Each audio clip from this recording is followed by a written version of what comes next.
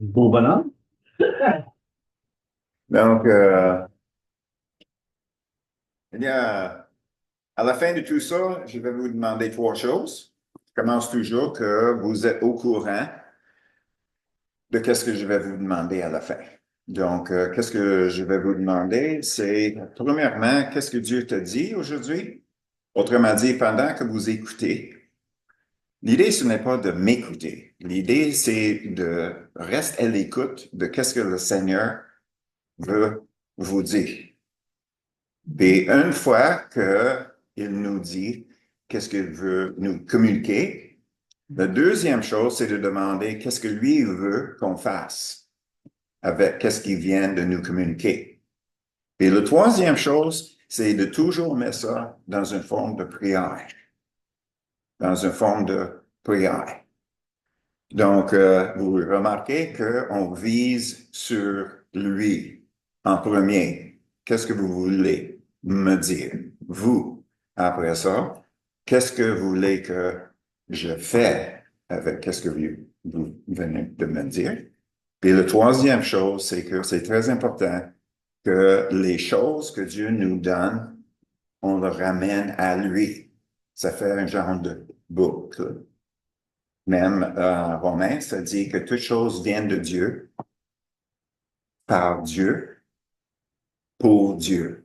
Donc, ça vient de lui. Qu'est-ce qu'il veut faire? C'est fait par lui, même si c'est à travers de nous. Et après ça, ça retourne à lui. Donc, c'est ça l'idée de cette façon-là d'écouter un message ou la louange ou quoi que ce soit. C'est toujours, il vient de lui, c'est par lui, c'est pour lui. Donc, c'est très important pour nous autres de réaliser la raison d'être pour que nous existons. Pourquoi est-ce que nous existons? Si on oublie la raison pourquoi on est ici sur la Terre, nos chemins peuvent partir dans toutes sortes de directions. Mais si on réalise que la création autour de nous a été faite pour nous, mais nous étions faits pour Dieu. Donc, on ne devrait jamais, jamais, jamais se mettre dans la place de la reste de la création. Nous ne sommes pas comme les animaux. Les animaux, ils sont programmés, ils se lèvent le matin, ils vont manger le déjeuner, brosser les dents, puis après ça, aller au travail. Tu sais, et à un moment donné, ils sont là pour manger, laver, vivre, et on le répète. Puis ça, c'est les animaux. Eux autres, ils sont là pour nous. Les poissons sont là pour nous. Les fleurs sont là pour nous. Dieu a tout créé ça. C'est pour nous. Mais il ne nous a pas créés juste pour exister comme un animal. Il ne nous a pas créés qu'on se lève le matin comme l'ours. On mange notre déjeuner comme l'ours. On brosse les dents comme l'ours. Puis on va au travail comme l'ours. Non, c'est pas ça. L'ours est naturel. L'ours, c'est de la terre. Nous sommes créés pour Dieu. Donc, il faut toujours, toujours, toujours réaliser que notre existence, notre raison d'être, c'est pour avoir une relation avec lui. Si c'est pas ça, si c'est d'autres choses, c'est facile à savoir où est notre cœur par qu'est-ce que je fais avec mon temps. Si je préfère regarder la télévision que de passer du temps avec Dieu, mon intérêt est sur qu'est-ce que moi je veux, au lieu de qu'est-ce que Dieu veut. Quand on arrive à la place qu'on aimerait mieux passer du temps avec Dieu, on arrive à une bonne place. Parce que là, notre relation avec lui augmente. On le connaît de plus en plus. Puis, naturellement, on se connaît aussi de plus en plus parce qu'il dévoile des choses dans nos vies que lui, il veut que ça nous amène à une place de liberté et de vie en lui. OK? Jésus, il n'a pas dit, hein, je suis venu que vous ayez la vie abondante. Hein, la vie abondante. Donc, tout ce que Dieu fait, c'est pour nous amener dans cette vie d'abondance. Mais il y a des choses qui se mettent dans nos chemins qui nous empêchent d'arriver à la place que nous cherchons, puis Dieu aussi cherche. Donc, ce matin, qu'est-ce qu'on va regarder? C'est quelque chose qui est très important et je pense que vous allez trouver ça quand même un peu révélateur. Donc, on va regarder le chapitre 17, les versets 5 et 6. Les apôtres dirent au Seigneur, augmente-nous la foi. Est-ce que 17, 5 et 6. Est-ce que vous avez jamais dit, Seigneur, augmente ma foi? Hein? Donc, vous êtes dans le même bateau que les disciples, gang de pêcheurs, vous autres et eux autres. Hein? Donc, les disciples arrivent et ils disent à Jésus, augmente-nous la foi. Mais le Seigneur dit, si vous avez de la foi comme un grain de sénévé, vous diriez à ce sycamore, déracine-toi et plante-toi dans la mer, et il vous obéirait. OK. Vous allez trouver ça comme, comme je dis, tu vas trouver quelque chose de très, très intéressant. Parce que la première chose que les disciples, ils ont dit, c'est augmente. Donc, si quelqu'un dit augmente, c'est quoi le sous-entendre? Ça, c'est une chose, il n'y en a pas assez, mais ça veut dire qu'il y a déjà quelque chose qui est là. Tu sais, si tu as un pot de café dans la main, puis j'arrive, puis je dis augmente ma tasse, la première chose que vous allez faire, c'est regarder dans la tasse pour savoir combien à mettre, parce que peut-être c'est à moitié, peut-être c'est à trois quarts, peut-être c'est à un quart. Donc, ici, les disciples disent augmente notre foi. Donc, est-ce que la réponse que Jésus a donnée répond à la question? C'est comme il donne une réponse qui est même pas reliée à la question. Si vous avez de la foi comme un grain de sénévé, est-ce que vous savez comment c'est grand un grain de sénévé? Peut-être, peut-être pas, peut-être Sonia, elle le sait avec toutes ces choses naturelles. C'est vraiment petit. C'est à peu près la grandeur d'un grain de, tu sais, le trèfle qu'on sème les gazons. C'est très, très petit. C'est à peu près un quart la grandeur d'un sésame, comme exemple. Si on va chez McDo, là, sur le pain, là, le sésame, OK, les petits grains qui sont là. Donc, le sénévé, c'est à peu près un quart de cette grandeur-là.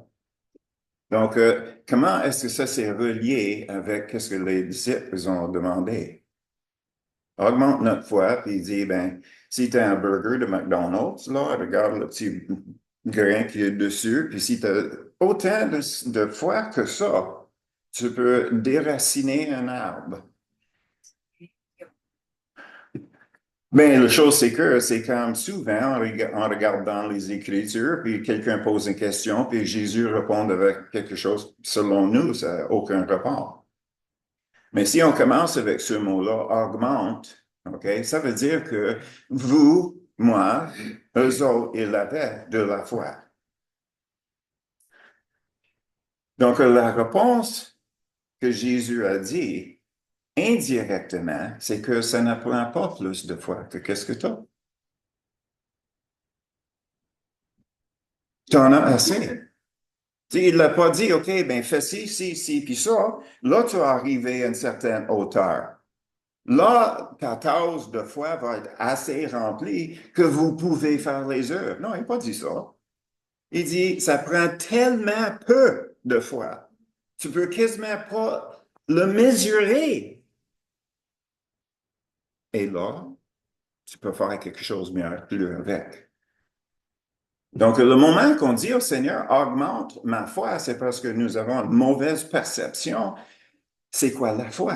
Tu sais, nous autres, on pense que c'est comme une tasse. Tu sais, augmente ma foi. J'ai la moitié remplie au plein, puis là, je peux faire les œuvres de Dieu. Non, non. Donc, la deuxième question. Est-ce que Dieu a besoin d'un être humain pour déraciner un arbre? Non, juste en envoyer un tornade ou quelque chose, puis ça va se déraciner, ça c'est sûr. Sûr et certain, n'est-ce pas? Donc, pourquoi parler d'un arbre? Hein? Pourquoi parler d'un arbre?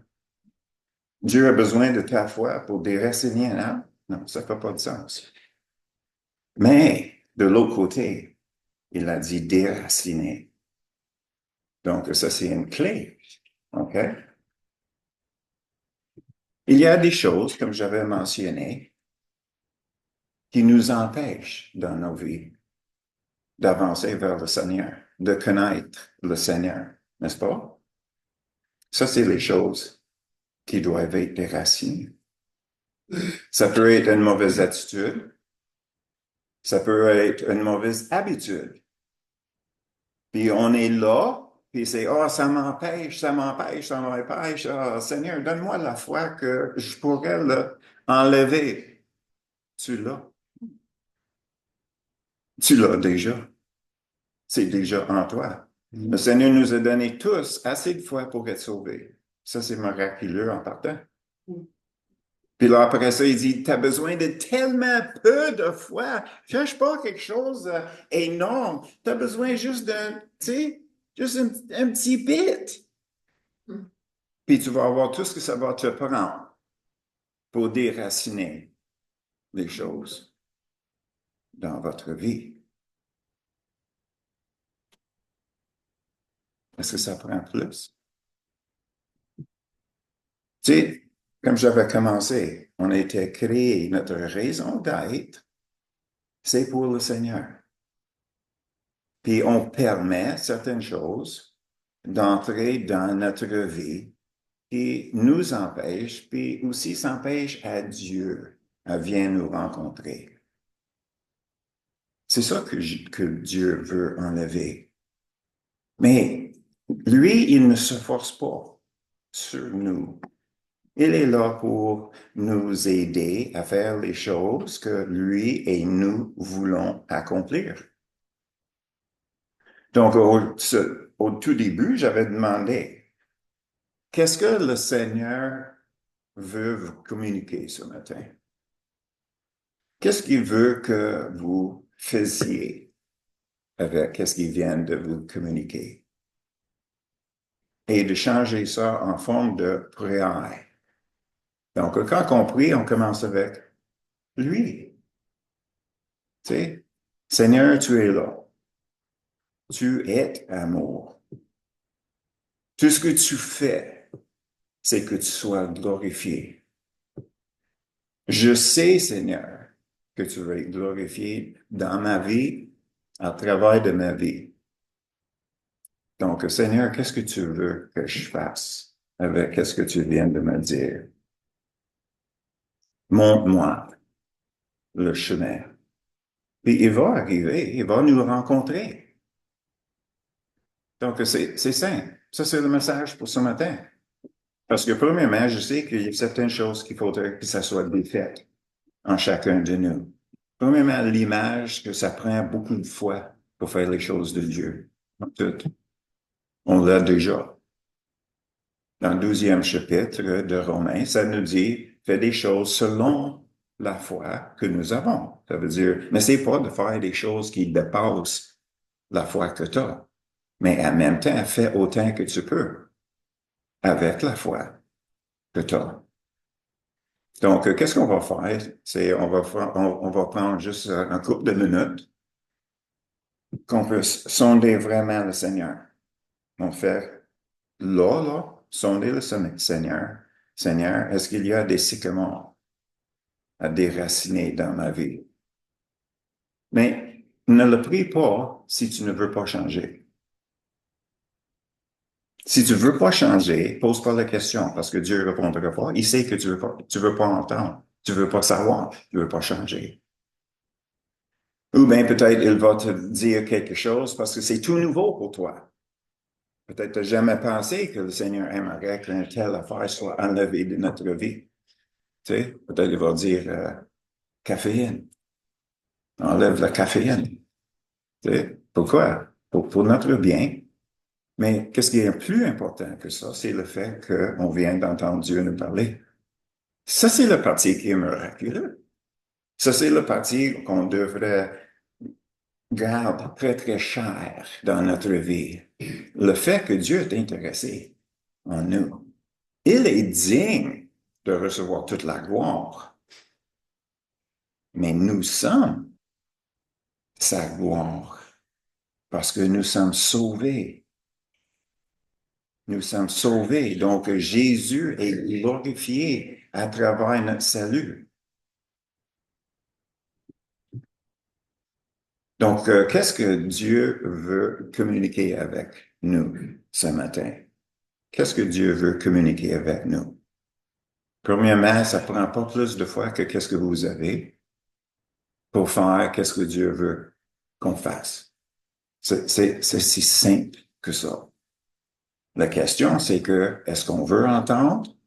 Est-ce qu'on est prêt à le faire? Et c'est là la question. Est-ce que je veux changer? Est-ce que je veux avancer? Ou bien est-ce que je veux juste rester dans mon zone de confort? C'est ça l'affaire. Tu sais, c'est pas évident de changer une attitude ou une habitude. Donc, si vous posez cette question-là ce matin,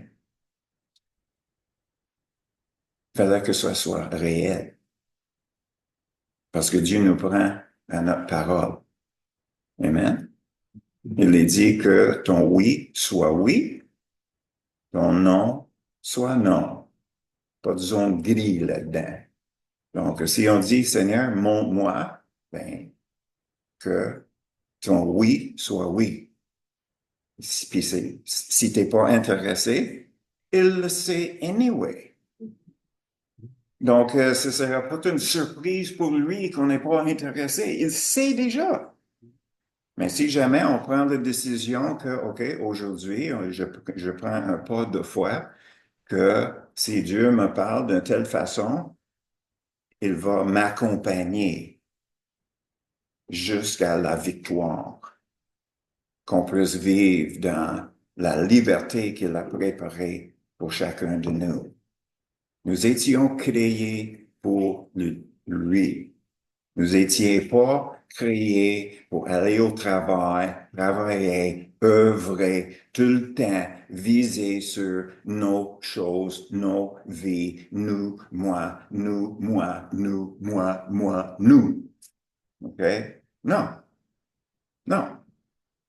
Si nous avons donné notre vie au Seigneur, c'est parce que nous avons remarqué que nous avons besoin d'aide, qu'il est venu, nous a sauvés. Donc maintenant, il veut continuer à faire une œuvre pour nous amener dans la liberté. La liberté. Libérée de toutes les détresses dans la vie, comme Louise a mentionné ce matin. Il est là pour nous consoler dans nos détresses. Il est là pour nous accompagner dans les choses qui sont difficiles dans nos vies. Il est là pour nous consoler et il est là pour nous diriger à travers de ces détresses-là. Puis à un moment donné, là, on peut embarquer avec lui pour encourager un autre, soulager la vie d'un autre, pour nous donner une opportunité pour présenter les autres avec une opportunité pour être sauvés, de rentrer dans la famille de Dieu. Amen? Donc, je vais essayer d'éteindre ça. Tu peux venir, François.